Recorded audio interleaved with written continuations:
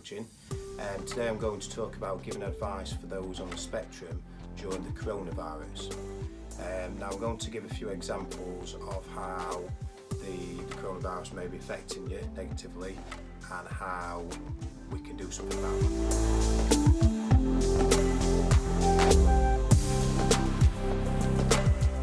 So the first example is you could have someone that's anxious because they're working from home. It could be someone that's at university and therefore they're having to do all the coursework at home as well. Now, naturally, by not being at university, not being at work, they haven't got the same setup as what they would normally do. So if it's an office, you haven't got the same layout, the same desk, computer, etc.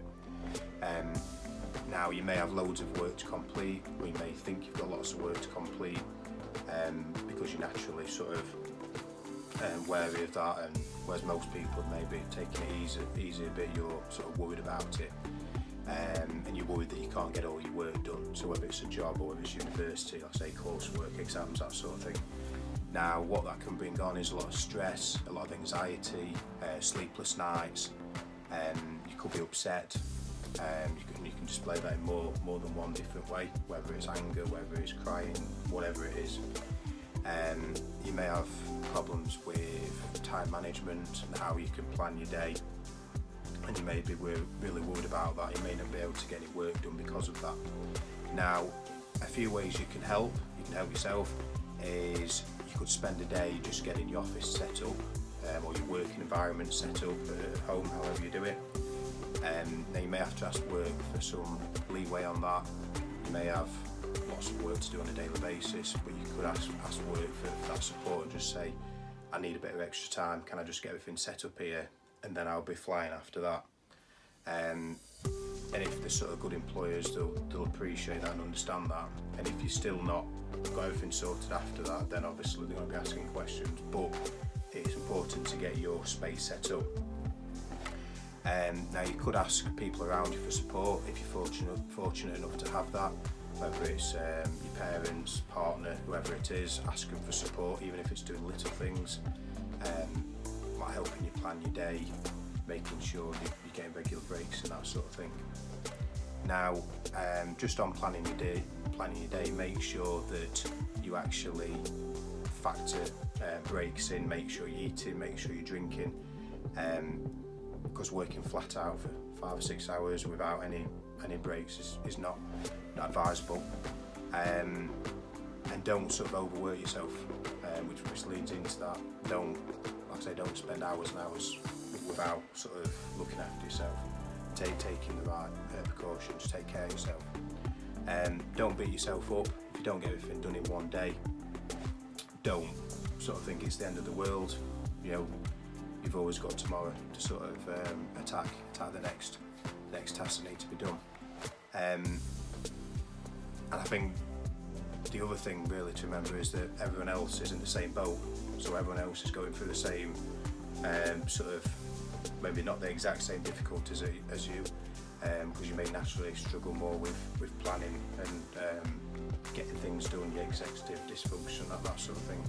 So yeah, it's not the same as everyone else, but everyone's in the same boat in the sense of they're all off work, unless you're in the factories, etc., or you're all off university.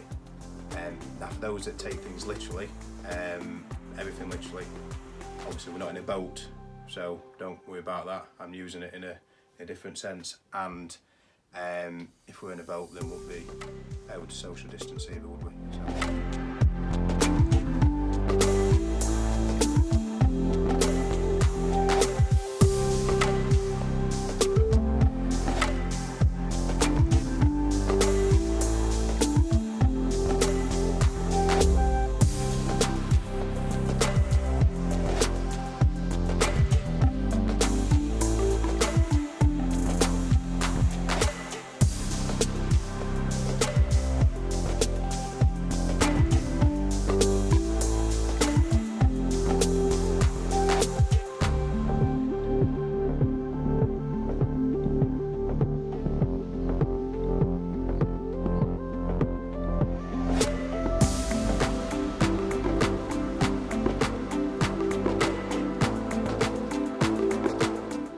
next one isn't an example, it's more of a top tip. That's top tip. Basically, don't berate yourself for not getting much done during this time. It's obviously during the coronavirus. Just because others are doing it, others are getting loads of things done, or saying they're getting loads of things done, doesn't mean you have to sort of have that weighing down on you and worrying you. Just get as much done as what you can get done, and just because other people are saying it's a great time to get things done, to decorate the house, to do all these things, they may be posting on social media, on Facebook, etc., saying I've done this today, I've done that, look at me, wow, look at me, all this sort of stuff. And it's great if you can do that. It's not a slight on anyone. If you can do that, it's great, but don't let that make you more stressed out than what you were before. You just get done whatever you can get done. Having said all that, it might actually be useful to try and make the most of this time to actually get some of the things done that you can't normally get done. So whether it's learning new things, learning new hobbies, that sort of thing, it could be a good time to actually get that done. Which obviously contradicts what I've just said, but the key is everyone's different and everyone wants to do their own thing, and there's no reason you can't mix and match. You can have a few days where you're shutting off, you have a few days where you're picking up new hobbies, learning new things, that sort of thing. The key is to go at your own pace, and ultimately to be honest with yourself. Are you going at your own pace? Are you doing too much? Are you doing too little? And that's that's something that you need to constantly assess. Assess yourself. Are you doing? You're doing too much, doing too little, or you're just doing it right. There's no reason why you can't sort of learn new things. No reason why you shouldn't just sort of relax and chill out a bit.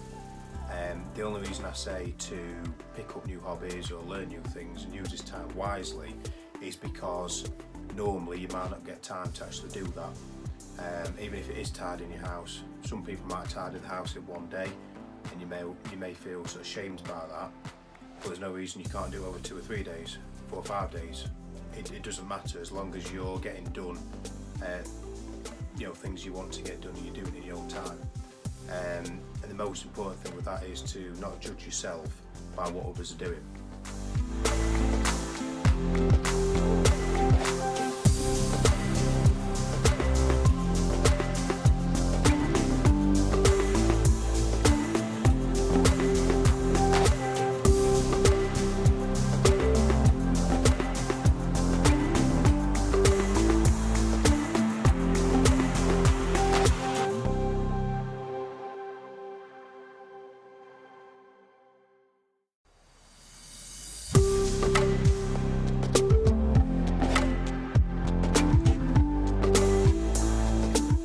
You're struggling during this time, whether it's because you can't go out, whether it's because you can't do what you normally do, things that you normally do, you can't do them anymore, and you're not sure what to do with yourself, and you may sort of constantly flick between sort of boredom, depression, sort of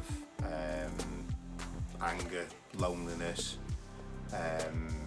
sort of sadness, fed upness, and other sort of negative things, and you're wondering what to sort of do with your time at the moment, and you're just sort of bored in general or fed up, like I say, then it may be a good time to sort of be productive if you want to do that. If you're thinking I want to get things done, but you don't know sort of where to sort of start with it, then I'm going to give a list in a second of possible things that you could be doing that may make you happier, or at least sort of cope better with the situation.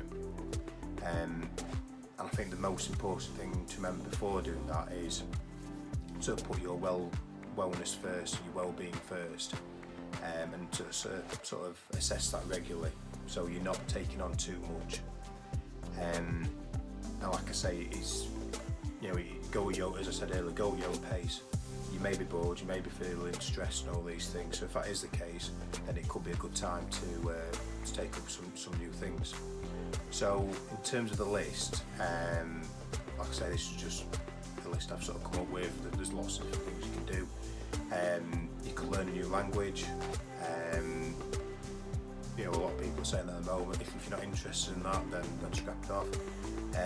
You could read books. You may have loads of books that you've bought in the past that you're wanting to work your way through, and you've never had the time to sort of work your way through them.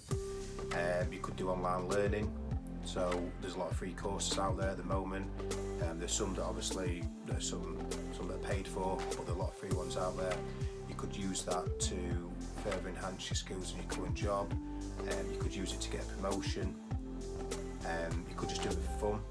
You may not be working. You may want to get back into work or start work, or you may not be interested in work.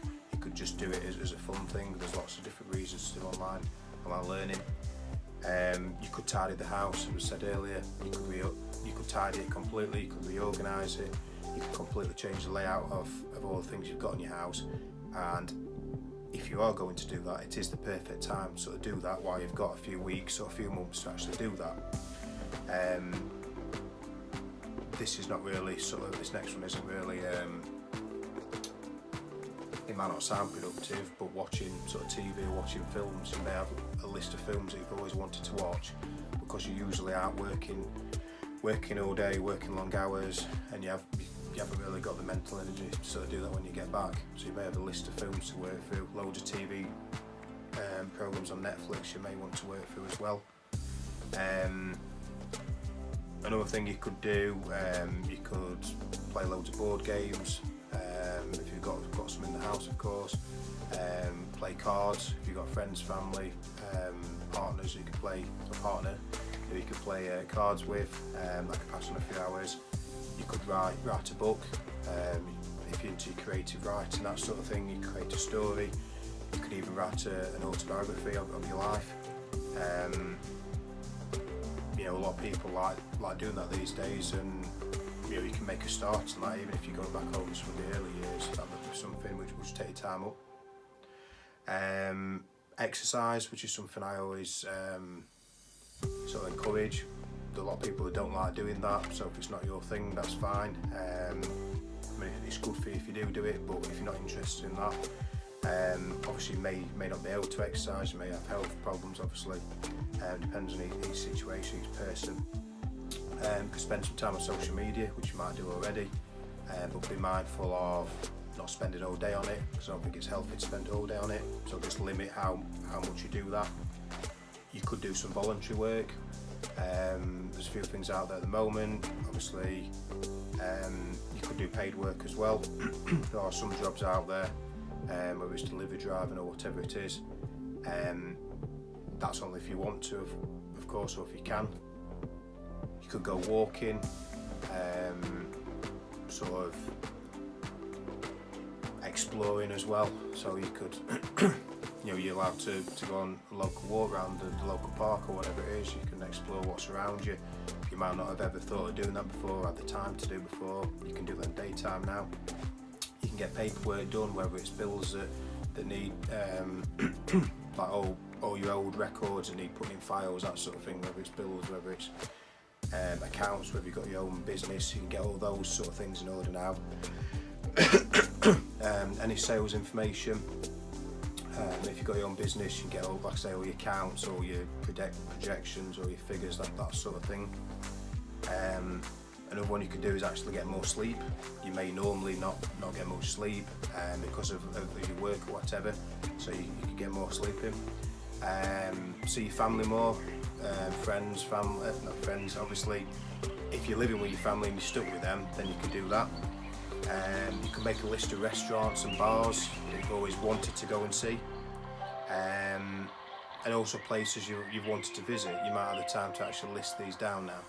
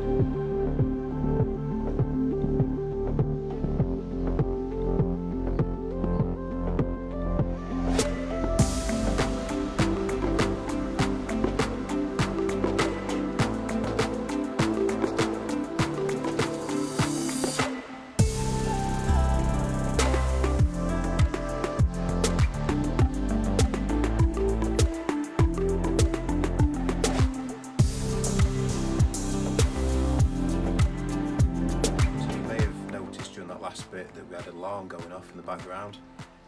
Ironically, I have alarms on all day to remind me to do things, which fits in quite well with what I was talking about.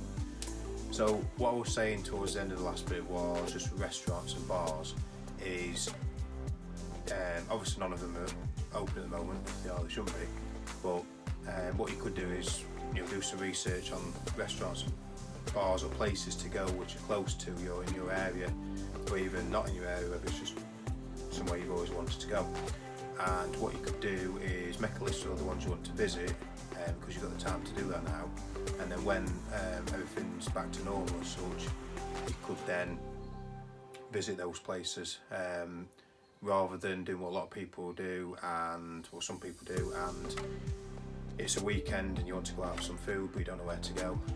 You're sick of going to McDonald's or local pub or whatever it is you go to, and you've always wanted to try new places but you've never had put the effort or time into actually finding some places to go. So that's just what I was saying with that, and the same applies to shopping places or whatever it is you do or want to do. Now the next example I was going to talk about is, say for example you're with your family more because of what's happening, so you're in the house with them all the time, whether you live with your parents, whether you're with your partner, whether you're with your partner and your kids or whatever it is. If you've got all these people in the house that you don't normally have in the house with you sort of 24/7, because either you're out at work and then you come back and see them at night, or they're out at work and you work from home, or you don't work and you're in the house all down your own. Kids are normally at school if you've got kids. So there's lots of different scenarios here, but basically you're spending more time at home with your family, whoever that is. Now, as a result of this, you could be stimming a lot more than what you would normally be doing, because you're getting more agitated and stressed. Not the fact that you're with your family, but because you're used to being on your own most of the time, or at least part of the time. So because of this, you're conscious of your stimming more, and it's sort of bothering you and you don't know what to do about it. Now, on the other end of it, you could normally hide your stimming from your loved ones, your family, your kids, whatever, because you can get it all out when you're on your own in the day, or whatever it is. It could be night time, you're on your own usually, whatever the situation. So you could either be stimming a lot more, or you could be hiding it, which causes more problems.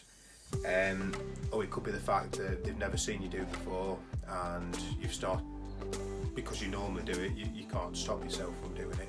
So they're experiencing seeing you do that for the first time, which obviously could be very stressful for you. On the other end of it, you might not care at all, you might be happy doing it, and if you are, that's great. In which case there's no problem there, because they're used to you doing it, so that's not a problem at all. So I'm mainly referring to people who either hide it, or people are aware they do it but they only see it for a bit during the day or night. So in terms of advice and help, obviously each situation's different, so I can't say one size fits all for it. One thing you could do is just accept it's something you do, and if you're telling your family about it, just explain it to them, and then they'll have to accept that. If they don't want to accept that, then that's sort of their problem. Now, there's not, like I said, there's not an easy one size fits all answer to this. You may be in a situation where you're too embarrassed to tell them about it anyway, or you don't think they'd accept it or understand it. They may accept it if they understand it, but they might not be able to get to the point where they are understanding it. So there's lots of different potential problems here. Like I say, no one answer is right. If they are a loving family and you think they will accept it, and you're explaining it to them for the first time, then sort of go for it. You've nothing. You've got potential things to lose, but you might as well go for it and see what happens. If you think they'll be receptible to it. If you don't think they'll appreciate it, and you think they'll sort of make jokes about it, or they'll ask loads of questions which you're not ready for, it might be best to sort of not tell them about it. But like I said, there's not one determined way to actually go about it. But let's say, for example, the nice family, nice kids, parents, whatever it is, partner, they've never seen you do before. Just, if they know you're autistic, then they may know about stimming anyway.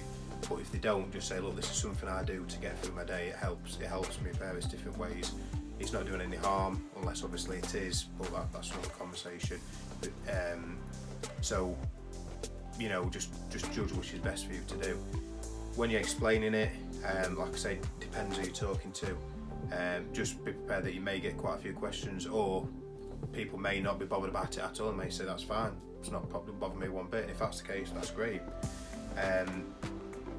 Like I say, it's just there's no one answer. So the main thing is we don't want you struggling all day through it because you're hiding it or whatever.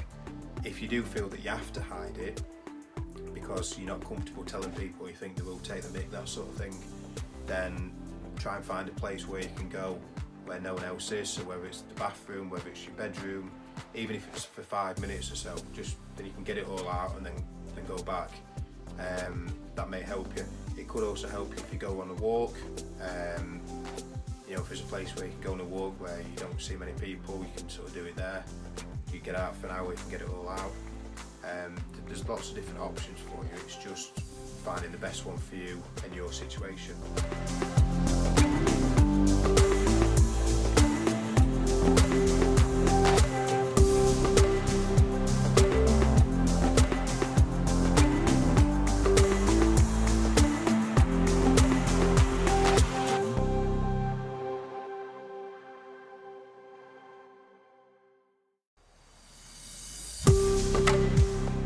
Before I move on to the next example, I just want to recap on what I previously said because I did waffle on a bit there. Basically, regarding stimming, you just need to accept it. If you've already accepted it, great. It's something you do. You're always going to do that. At least for the time being, anyway. If you're with friends, family, whoever it is you're living with, they should accept that as well. It's something that they should be accepting. If you do need to hide it or feel you need to hide it, you shouldn't have to, but that's what happens. Then find a place where you can do that, and if you think it's a good time to tell people about it for the first time, then do that. So you've got a few options there. Now the last example I was going to talk about is during this time, if you're not seeing your friends, not seeing your family, or more specifically, you're not seeing your friends, you're not seeing your boyfriend or girlfriend, or your husband and wife if you're not living together. Now, you can't normally do things that you would do to distract yourself from not seeing them. So if you normally go and exercise, or you're working, or you're out and about doing things when you're not seeing your partner or your friends, obviously you can't do any of those things now, so it might be a really difficult time for you. Obviously you can't meet your friends to go for a drink, you can't go to a local pub or bar to do that, so you may be struggling. Now with a lot of autistic people in general, they feel intense emotions, so if they're missing the boyfriend or girlfriend, they may be really feeling that. The opposite, they may not be feeling anything, of course, but a lot of them do feel it intensely and they are really missing him, and they desperately want to, you may desperately want to see your partner, desperately want to see your friends. And obviously now you're all alone, or your parents, whoever you're living with, and you can't sort of do that. And you're sort of alone with your own thoughts as such. That can cause a lot of overthinking, a lot of stress, anxiety as a result of that.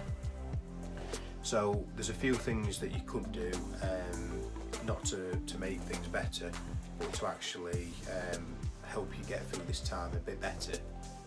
So for example, you could FaceTime or Skype, WhatsApp call your partner or your friends. That's obviously depending on if you're comfortable doing that. If it's something you don't like doing, video calling, there's a lot of autistics don't like doing, then obviously don't do that. But if it's something you're happy with, or if you're happy doing it with your partner, you're comfortable doing it with your partner, it's just not Say your friends that you're comfortable with, but you can do it with your partner, you're fine with that, then do that. And that could be a good way to bridge the gap. At least you're seeing your partner as such, not in person, but at least visually you're seeing them and you're hearing them.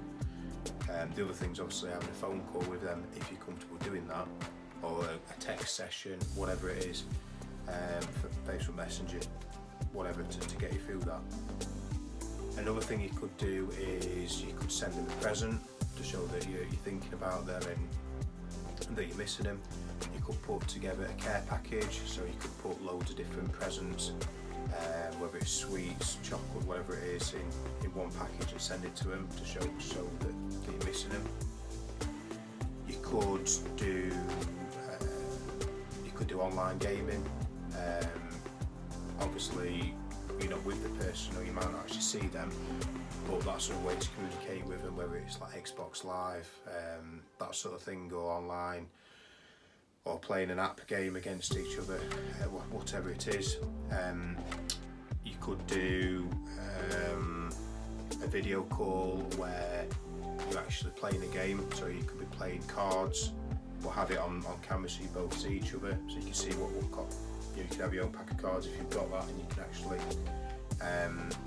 sort of play. Obviously won't be the exact same, you won't be able to deal, etc., but you can figure maybe a way to play some form of game with that. You could, if you're both, say if you're both into sports, say if you both got your own pool table, obviously most people won't have that, but some if you have, you could sort of somehow figure a way where you can both be playing pool at the same time. At least you can't actually play a proper game as such, but you feel like you're doing, you actually feel like you're doing the same activity together.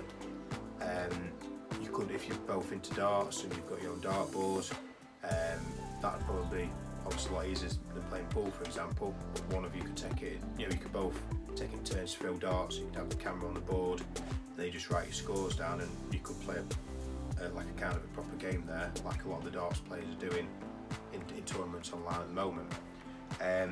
You could also create a shared list of things that you both want to do, so it's you and your friends, you and your partner, they actually want to do once the lockdown's over. So then once it comes to that, you already know what you want to do, and it sort of gives you something to look forward to as well.